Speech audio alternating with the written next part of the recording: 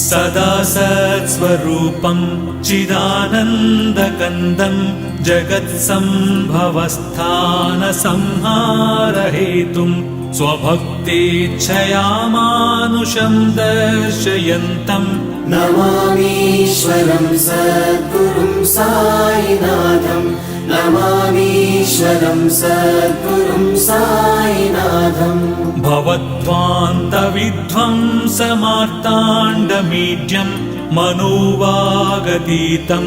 मुनिर्ध्यानगम्यं जगद्व्यापकं निर्मलं निर्गुणं त्वां नमामीश्वरं सद्गुरुं साईनाथं नमामीश्वरं सद्गुरुं साईनाथं भवाम्बोधिमग्नार्दितानां जनानां स्वपादाश्रितानां